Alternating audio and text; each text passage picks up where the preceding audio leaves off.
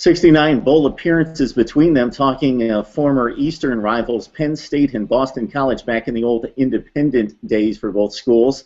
As the Eagles and the Nittany Lions meet in the Pinstripe Bowl, we bring in Brian Favat of BC Interruption to talk about the BC side and maybe sprinkle in a little Penn State. Brian, thanks so much for joining us. What really has been the big news for Boston College since the last game of the season has been, of course, the extension of head coach Steve Addazio. Just your thoughts about what he's instilled in this program, the strides that he's taken already, and how impressed everybody's been with the performance of the team on the field.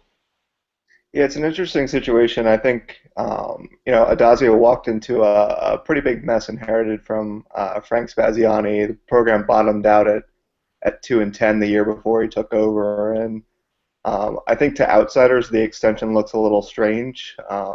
Rewarding a pair of 7-5 regular seasons doesn't look all that impressive at its face from an outsider's perspective. But I think Addazio's done a really good job of really picking this program back up and kind of hitting the ground running with a number kind of reshaping the Boston College offensive line and really giving this program an identity. So, and I think it's also more than the wins and losses. This is a program that has taken Clemson our last couple of years. They've taken Florida State down to the wire the last couple of years and played both those teams really close. So I think, beyond the wins and losses, this team has an identity again. They're playing with a purpose, and the future right now seems pretty bright with how they've played, even in the games where they didn't come out victorious. Definitely. I think if we would scan the nation, Brian, we would see a lot of teams similar to Boston College on the surface in regards to a 7-5 record, pretty marginal conference record, but we would see them decidedly beating who they need to beat and then getting blown out by the upper tier in the conference, Rutgers, Maryland, a number of teams like that. But with Boston College, you mentioned the close calls against Clemson and Florida State, not just this year, but the last 2 years. And, of course, the nation knows the Florida State-Boston College game and how close that one was. So just your thoughts about the development of the team, and this kind of plays into what we just talked about with Addazio getting this much out of this team, especially missing like some ridiculous number. It was like 90% of the offense with, of course, Andre Williams, Chase Reddick at quarterback. You lose your best wide receiver from last season, and how the offense has responded with Tyler Murphy at quarterback, setting an ACC rushing record for quarterback play. Yeah, it's been fun to watch, actually. So I think, definitely Addazio and the staff's best strength has been to tailor the offensive scheme to the personnel. So a year ago, we weren't looking at a guy like Tyler Murphy, who is a dual threat quarterback, can do it with his arms and his legs. We had much more of a pro-style pocket passer and Chase Reddick. So it's been interesting to see how the offensive scheme has adapted to that kind of new wrinkle in the offense. And for a while, they've actually done a really good job, week after week, of kind of rolling out new wrinkles and things that the opponents haven't seen. So BC had that game in week 3 against USC. They pull off the upset against the then 9th-ranked Trojans. So from that point on, I think you saw new wrinkles introduced, and Murphy is an amazing talent. He does probably the most electric running QB in the country, and I think the staff's done a really good job of kind of tailoring the scheme to his strengths. So I think they'll be starting over again. They'll probably turn to Darius Wade next year at quarterback. So I would expect, once again to have a scheme that kind of caters to the strengths of their offensive weapons. Yeah, the offense, when they've got to go to the air, a bit spotty. Murphy's thrown 10 interceptions against 11 touchdowns, 57%, not the most precision passer. Again, the wideouts, not the type of statistics we're used to and accustomed to seeing around college football. You got Josh Bordner with 26 receptions, 3 touchdowns, and Dan Crimmins with 23 receptions. Those are your top pass catchers. Your thoughts about going up against a Penn State defense being somewhat one-dimensional and relying on the running game from the running back and from the quarterback, but not much in the pass game. Yeah. So the matchup of BC's offense versus Penn State's defense. Yeah, basically. So statistically, they're one of the best, and a bit one-dimensional. So, I mean, BC's certainly played a number of stout running defenses.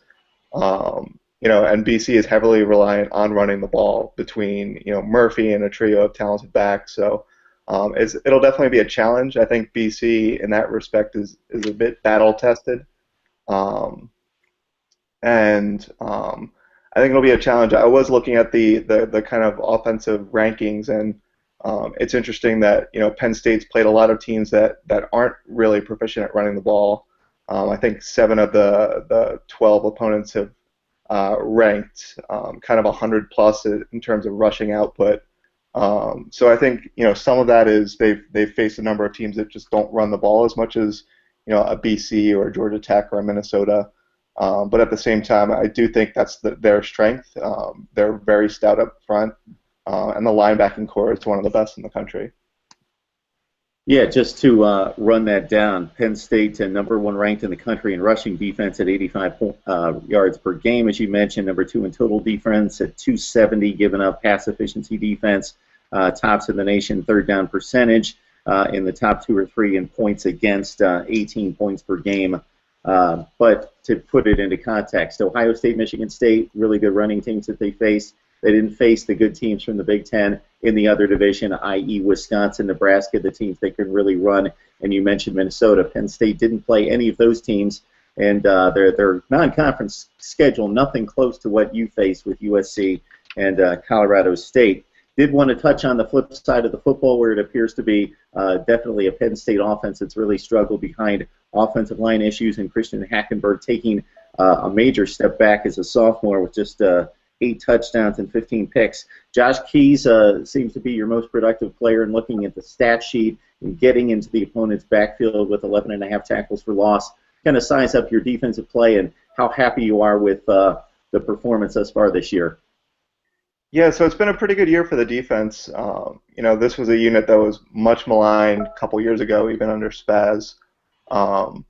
And I think just like the offense, Don Brown's pressure defense has done a really good job of kind of scheming to the talent. There's not a ton of talent there, but I think they make up for it in scheme. So this is a lot of pressure defenses. It's the defense is really predicated on getting to the quarterback right away, kind of making his life uncomfortable.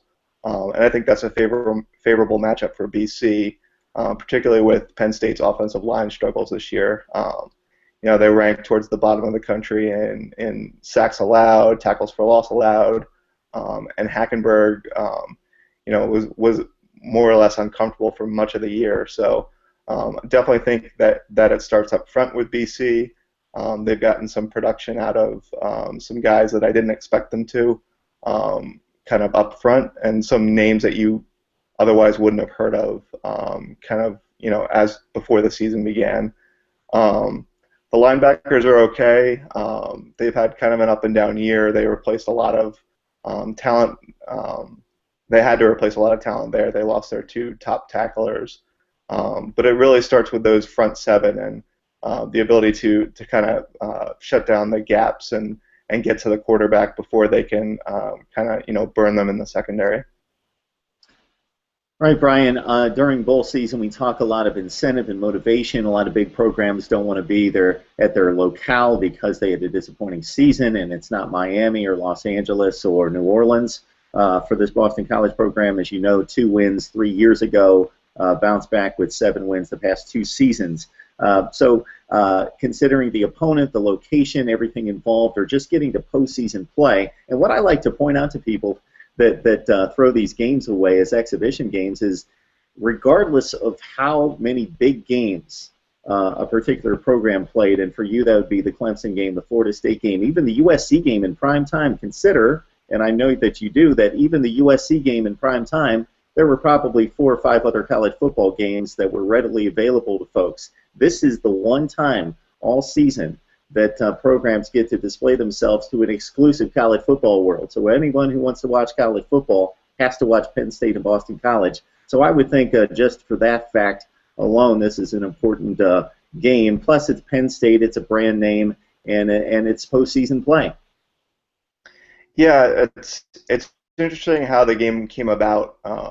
Penn State was a couple plays away from not winning that sixth game, first of all. So a very close call against UCF in Ireland in the opener. Came back and rallied from 10 down to beat Rutgers 13-10. So even besides the wins and getting that sixth win, there's obviously the bowl ban and the NCAA sanctions handed down in the wake of the Sandusky scandal. So a whole confluence of kind of events that led to BC Penn State and the Pinstripe Bowl. But I know BC fans, I know the team is really looking forward to it. I think, from an outsider perspective, you look at 7-5 BC, 6-6 Penn State. Penn State's only won 2 of their last 8 games. So it's not the most sexy matchup, I think, in terms of the larger bowl landscape. But I know BC's really excited to play in this game. I think it's a great opportunity for the program to beat a team that has really been the face of Northeast college football. So, BC's really been looking up at Penn State for years now, not only on the recruiting trail, but also just in sort of the landscape of Northeast college football. And I think it's a great opportunity on the greatest stage to kind of take that next step in the rebuild under Addazio and get that 8th win against a team that they've been looking up at for a very long time. Yeah, 19-4 Penn State all time. Boston College has won the last 3. The 2 teams last met in 2004, and as you well know, it used to be much more of a heralded series. I recall some Doug Flutie upsets against Penn State that were really significant back in the 1980s. So that's enough for me. Boston College, Penn State, the name brands, the history of the 2 programs. The setting's going to be interesting anytime there's a bowl game in a cold weather setting where weather could be possibly a factor. So, Brian, we appreciate the insight and the information. We know it's mighty early on the West Coast, so thanks for getting up for us and knocking this one out for us. We appreciate it. Thanks, Brian. Thanks for having me, and happy holidays.